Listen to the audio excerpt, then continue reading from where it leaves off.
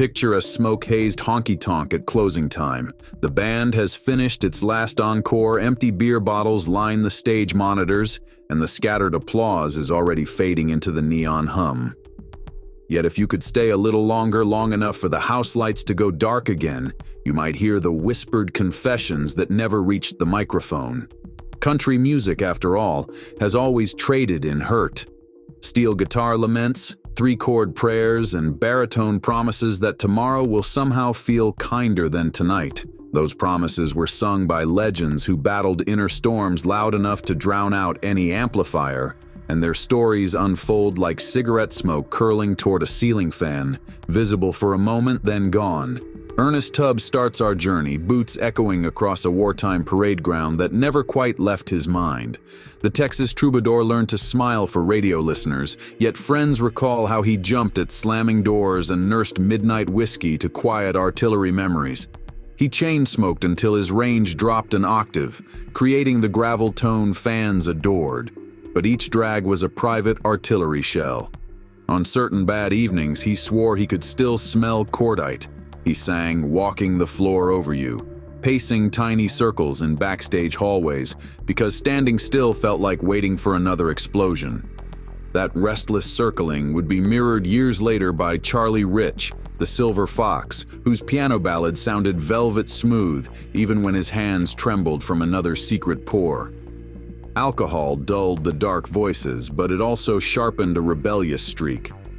When he torched John Denver's envelope on a nationally televised awards show, viewers gasped, unaware they were witnessing a breakdown disguised as bravado, the product of nights spent arguing with himself in hotel bathrooms, lit by a single flickering bulb. Marty Robbins fought a different duel. Perfectionism drove him to rehearse until sunrise, yet perfection is a horizon that retreats at every step. Palpitations, panic, and the hush of oxygen masks backstage became regular companions. Between takes, he clutched his chest, convinced the next heartbeat might be his last. Still, the moment a camera's red light blinked, he forced a grin broad enough to blur every jagged edge, at least for 3 minutes and 18 seconds of radio heaven. Merle Haggard, meanwhile, carried San Quentin's shadow everywhere he roamed. The clang of prison gates he heard as a teen became the click of every hotel room lock thereafter. Nightmares jerked him awake, convinced the parole board had lied and the world outside was a dream.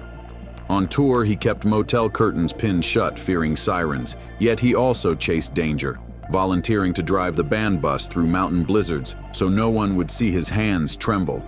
He tried to smoke away the memories, but each exhale merely outlined the bars of an internal cell he never fully escaped. Roy Acuff shows what comes after the spotlight begins to dim. Fans hailed him king of country music, but royalty can become a prison when the court stops visiting. As new sounds crowded the airwaves, Acuff felt the walls contract. Depression crept into dressing rooms where bouquets once overflowed. On long bus rides, he stared at passing farmland and wondered if grain silos felt the same hollow echo when emptied for the season. Don Gibson understood that echo. He wrote "Oh, Lonesome Me" in a motel room lit by a broken street lamp, pausing between lines to steady whirring thoughts. Anxiety convinced him each show would be the one where his mind finally froze. He kept a back pocket note reminding himself of the opening chord, just in case stage lights blasted all memory away. Listeners heard yearning. Gibson heard a siren sounding the next attack. Mel Tillis carried his battle inside every syllable. As a child, his stutter felt like a door slamming shut each time he reached for a word. Music jimmied that door open, yet the effort never got easier. Before interviews, he'd smoke 2 cigarettes end to end, convincing his tongue to relax. Audiences marveled when the stutter vanished in song, unaware of the storm their applause masked. Porter Wagoner hid storm clouds beneath rhinestones brighter than camera flash. In photographs, he is all grin and sparkle, but backstage he cataloged silent terrors. Ticket sales slipping, sponsors wavering, youth culture laughing at nudie suits. Panic sent him to hospitals in the late 70s. Discharge papers listed "nervous exhaustion," a polite phrase for nights spent bargaining with shadows until sun finally chased them off stage. Jerry Lee Lewis never bargained, he detonated. Raised fists, smashed pianos, and late-night arrests weren't rock and roll theatrics so much as flare-ups of an impulse control he never really possessed. 1 minute charming, the next hurling threats, he lived like lightning trying to outrun its own thunder. Each on-stage fire hinted at a blaze even he feared might swallow him whole. Townes Van Zandt chose quieter weapons. Diagnosed manic-depressive, he toggled between week-long highs, writing 5 songs before dawn, and lows so deep friends removed firearms from the house. Whiskey became his metronome, cigarettes the punctuation between verses. Fans called him a poet. He called himself a sky whose weather could change mid-sentence. Willie Nelson's red-headed braids once concealed tear-stained cheeks. After his son's tragic ending, Willie isolated on a hilltop ranch, pouring grief into silent strings until dawn. Depression wrapped around him like East Texas humidity. Even his beloved herbal remedy couldn't burn away that fog. Eventually he wrote Healing Hands of Time, a tune that let him exhale without shattering, but scars still tightened whenever he struck certain minor chords. Chris Christopherson faced a different fog, memories evaporating like morning dew. He stumbled over lyrics he'd penned, forgot hotel room numbers, and feared the worst word imaginable to a songwriter, oblivion. Specialists muttered early Alzheimer's, yet years later tests revealed Lyme disease gnawing at synapses. Treatment lifted the haze, and with it came a second act that felt like being handed one's own birth certificate after decades presumed dead. Waylon Jennings prowled through his struggle trailing cigarette smoke thick enough to write his name in. Substance highs masked lows doctors never charted. Diabetes and heart surgery, then an amputated foot, tried to slow him, but he simply shifted weight to the good leg and pressed record. Offstage, he admitted to friends that silence terrified him, because in quiet you can hear what the buzz was muting. Patsy Cline understood echoes of terror. A 1961 car crash left metal in her body and nightmares in her sleep. On tour, she gripped the dashboard whenever a driver tapped brakes. Anxiety simmered under those soaring vocals, lending them the ache that still startles listeners into goosebumps. Each ovation felt like proof she could outrun highway memories for another night. Loretta Lynn fought battles on multiple fronts: family tragedies, a marriage that swung between devotion and dispute, and an industry slow to grant mountain girls equal footing. Depression visited between laundry loads at the ranch, but she wrote it into songs that made other women feel seen. She reckoned that if sorrow had to share her house, it might as well pay rent. Tammy Wynette learned to live with physical pain after repeated surgeries left her reliant on pills that dulled nerves and sharpened headlines. Stage fright anxiety compounded the chemical fog. Still, she walked on stage clutching the microphone like a railing above a canyon. She sang about standing by her man, while secretly praying her knees would stand by her lungs through the final chorus. George Jones offers perhaps the clearest cautionary tale. Alcohol turned time elastic. He missed flights, lost weekends, and once drove a lawnmower 8 miles for more liquor because his keys were hidden. Friends saw a man evaporating, yet when he stepped to the mic, every fractured second fused into pure, undiluted truth. Listeners wept, never suspecting the cost measured not in dollars, but in pieces of a crumbling soul. Hank Williams Sr. had even less margin. His highs crackled with manic brilliance, his lows slumped into motel gloom. Doctors prescribed painkillers for a bad back, unaware they also numbed the edges of untamed mood swings. By 29, he was gone, leaving behind a songbook that still feels half-finished, as though he paused mid-verse and stepped outside forever.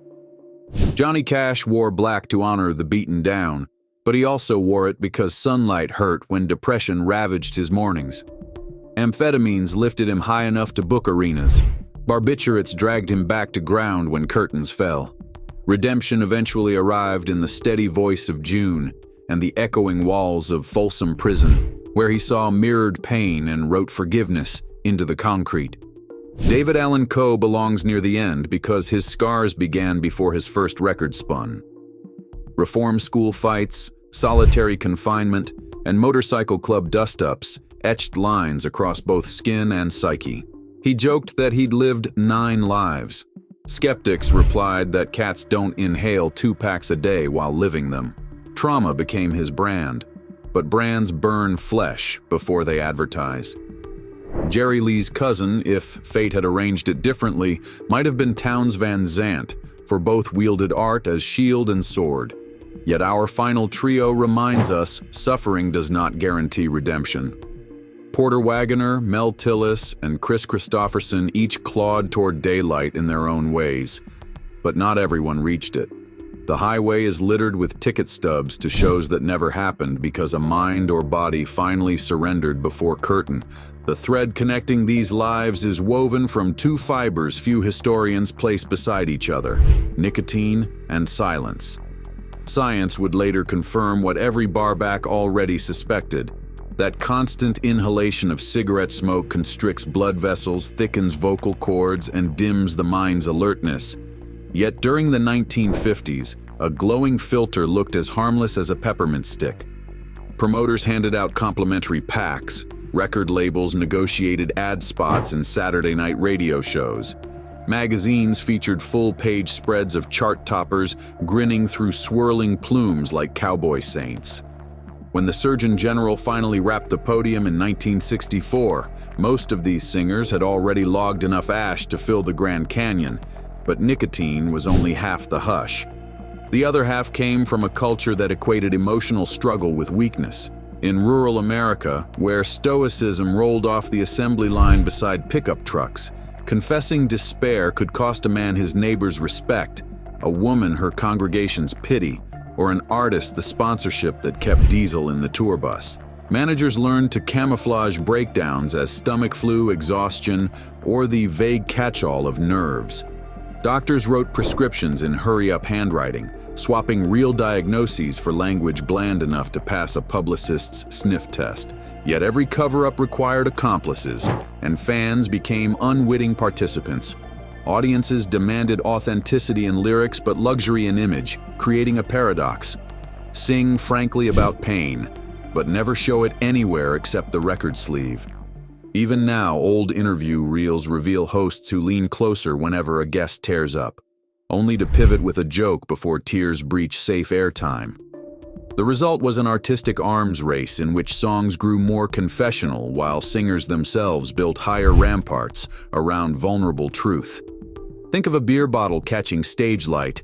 Inside it appears golden, but tilt it slightly and all you see is the dark bottom. For these performers, the spotlight was that tilt, revealing brilliance and void in the same instant. Night after night, they gambled that the brilliance would hold the audience's gaze long enough for the void to reset behind the curtain. Nicotine helped steady trembling fingers against steel strings. Whiskey warmed vocal cords strung too tight. Caffeine jolted bloodshot eyes open for another meet and greet, wrestled forward by PR staff. Taken alone, each remedy felt manageable, but combined they formed a chemistry set without instructions. Roy Acuff once joked that his medicine cabinet looked like a jukebox because every bottle played a different tune in his bloodstream. Decades later, medical journals would confirm that such drug cocktails amplify mood swings and intensify the respiratory collapse already seeded by smoking. No wonder hospital parking lots were so often littered with flattened cigarette packs that still smelled faintly of cologne and fear. Family members became first responders long before insurance codes invented the term. Spouses hid car keys, children flushed pills, bandmates slipped stage notes reminding their singer of city names in case a foggy brain panicked mid-greeting, and tour managers drafted contingency set lists for when the headliner's lungs seized between verses. The irony is brutal. A genre built on communal storytelling forced its architects into isolation chambers. Mel Tillis could bare his soul in song, yet he crossed hotel lobbies with his chin buried in shirt collars to avoid stares at the stutter. George Jones could describe heartbreak so vividly listeners felt their own ribs crack, yet he ate dinners alone with curtains drawn tight enough to smother daylight. Tammy Wynette once recorded a vocal take so powerful seasoned engineers stepped out of the control room to cry, only to return and find her unconscious on the floor from painkiller fatigue. Back then, empathy rarely translated into assistance. Pity filled ashtrays faster than it freed anyone from their chains. Even when intervention came, it arrived wrapped in commercial expectations. Record executives staged rehab visits timed conveniently between album cycles. Magazine profiles framed hospital photos as heroic comebacks, turning private healing into promotional content.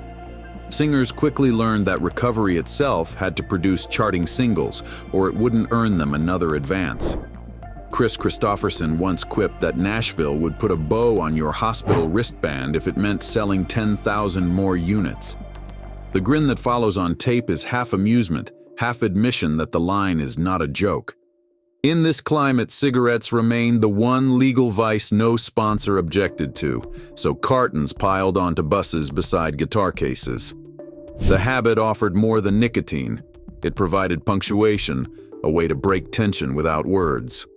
Lit cigarette dangling from his lip, Willie Nelson could stare at the horizon and signal "not now" to anyone approaching, granting himself a moment of desert quiet mourning even in crowded backstage alleys. Patsy Cline used smoke like stage fog, hoping anxiety might drift away with each plume. Waylon Jennings tapped ash in rhythm when metronomes felt too clinical. Eventually lungs protested, but by then contracts demanded 3 states in 24 hours. Even sympathy carried fine print. Fans wept when Merle Haggard disclosed lung surgery, yet ticket requests doubled, as though people hurried to witness resilience before it dimmed. That paradox persists today, but the conversation is changing.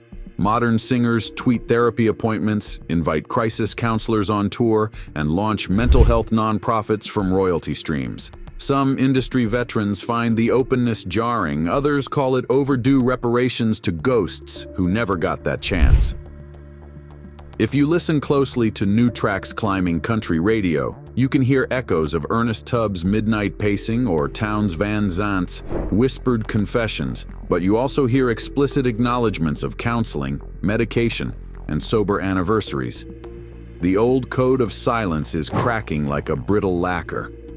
Whether the next generation fully breaks it remains to be seen, but each honest verse tips the scales. When a young singer stands beneath those same Opry lights and admits to panic attacks, she isn't shaming tradition. She is finishing a verse her predecessors left unopened on the stand. And each fan who applauds instead of recoiling becomes part of the cure those icons prayed for in hotel rooms, scented with tobacco and desperation. Perhaps the most fitting tribute we can pay the legends we've walked beside tonight is to keep talking, between verses, between breaths, until words replace the smoke that used to fill every silence. So where does all this leave the listener leaning over the jukebox, hunting one last quarter before the bartender kills the lights? Perhaps with a fresh promise to hear a familiar chorus differently, to recognize that a cracked voice may be carrying more than just pitch. The next time Ernest's gravel drawl or Patsy's soaring ache rolls from the speakers, picture the unseen fight that molded every syllable. Imagine the calm smile hiding tremors, the backstage inhaler puff, the unspoken appointment card for another checkup nobody will report in Country Weekly. Let those images deepen, not darken, your enjoyment, because truth does not tarnish art, it polishes it. If hardship can produce lines that make strangers cry in truck stop diners, then listening closely becomes an act of respect. So lift your imaginary glass to the heroes and heroines who turned private battles into public balm and keep the conversation alive long after the smoke machine shuts down and every fretboard goes silent. Lessons still echo between radio towers and midnight headlights. If you enjoyed this video, like and subscribe, and also click the next video shown on your screen.